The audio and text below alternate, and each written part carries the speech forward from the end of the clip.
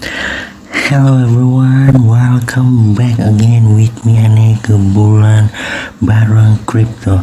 Today I'm very excited for Rampe coin. It's very nice for trade in Thursday now. Rampe is pump and rebound today. Look at this. Kalau kita lihat di sini guys ya, si Rampe ini sendiri di area support, lucunya 0,02 akhirnya berhasil ngepam juga. Waduh, inilah yang kita tunggu-tunggu ya guys ya.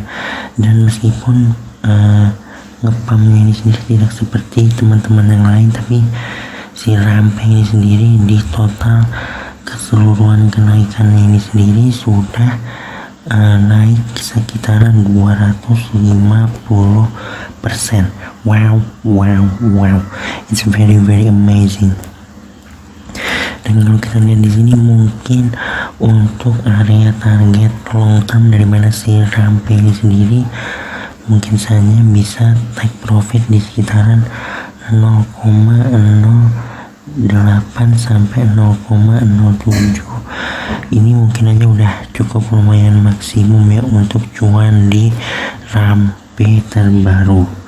Segitu aja update tentang Rampe coin kali ini. Tetap melakukan analisa pribadi, jangan jadikan ini bahan patokan. Disclaimer on.